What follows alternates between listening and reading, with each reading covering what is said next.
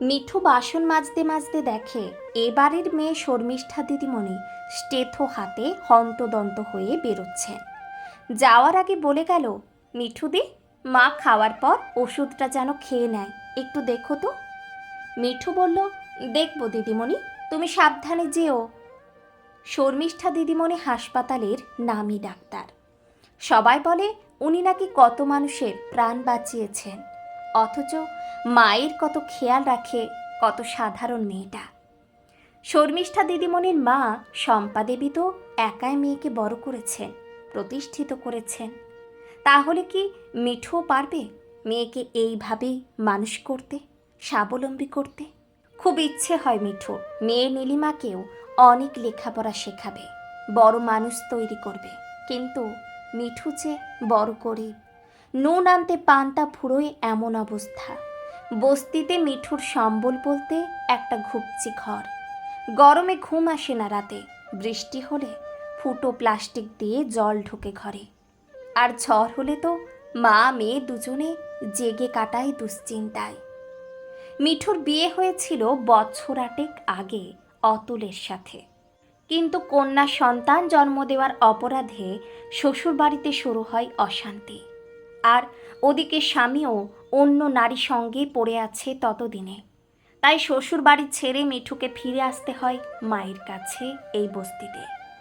তারপর মিঠুর মায়ের মৃত্যুর পর ছোট্ট নীলিমাকে নিয়ে মিঠুর সংসার। অনেকে বলেছে, যৌবন আছে, বিয়ে কর আবার, এইভাবে নিজের জীবনটা শেষ করিস না। তোর মেয়ে তো বিয়ে করে পরের ঘরে চলে যাবে, তখন তোকে কে দেখবে? আশেপাশের বস্তির বহু ছেলে মিঠুকে বিয়ের প্রস্তাব দিয়েছে, কিন্তু মিঠু রাজি হয়নি। সারাদিন লোকের বাড়ি ঠিকে কাজ করে সন্ধ্যায় বাড়ি ফেরে। মেয়েটা সারাদিন একা একা থাকে, তাই দুশ্চিন্তা হয় খুব। নীলিমা রোজ স্কুলে যায়, আর দিনের বেশিরভাগ সময়টাই তাকে বই নিয়ে বসে থাকতে দেখা যায়। তাই মিঠু শত কষ্ট হলেও মেয়ের প্রয়োজনীয় বই, খাতা, পেন, পেন্সিল কিনে দেয়। দেখতে দেখতে নীলিমা 4র্থ শ্রেণী পাশ করল। সবাই বলল, এবার বাবুর বাড়িতে কাজে লাগিয়ে দে, গতর খেটে রোজগার করুক। কিন্তু মিঠু তার মেধাবী মেয়েকে হাই স্কুলে ভর্তি করিয়ে দিল। তা নিয়েও লোকের খারাপ মন্তব্যের শেষ নেই। এরপর কেটে গেছে অনেকগুলো বছর। নীলিমা বড় হয়েছে, অনেক লেখাপড়া করেছে। তার মা তাকে এখনো থামতে দেয়নি। প্রত্যেক ক্লাসে উত্তীর্ণ হতে হতে এগিয়ে চলেছে সে। মিঠুর একটাই কথা, শম্পা দিদিমণি একা তো মেয়েকে মানুষ করেছে, তাহলে আমি পারবো না কেন? নীলিমার বিয়ের জন্য অনেকে বলেছে, কিন্তু রাজি হয়নি মিঠু।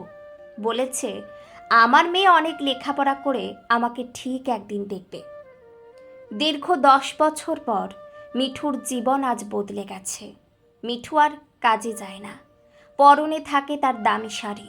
2 কামরা ঘরের মাথার ওপর এখন পাকা ছাদ। সকাল বিকাল বাড়িতে দিদিমণি পড়াতে আসে, বিনামূল্যে বস্তির বহু ছেলে মেয়ে পড়ে সেখানে।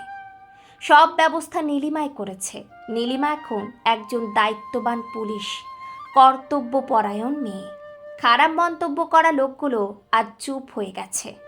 আর যারা বলেছিল মিঠুর মেয়ে তাকে দেখবে না, মিঠু আজ যোগ্য জবাব দিয়েছে তাদের।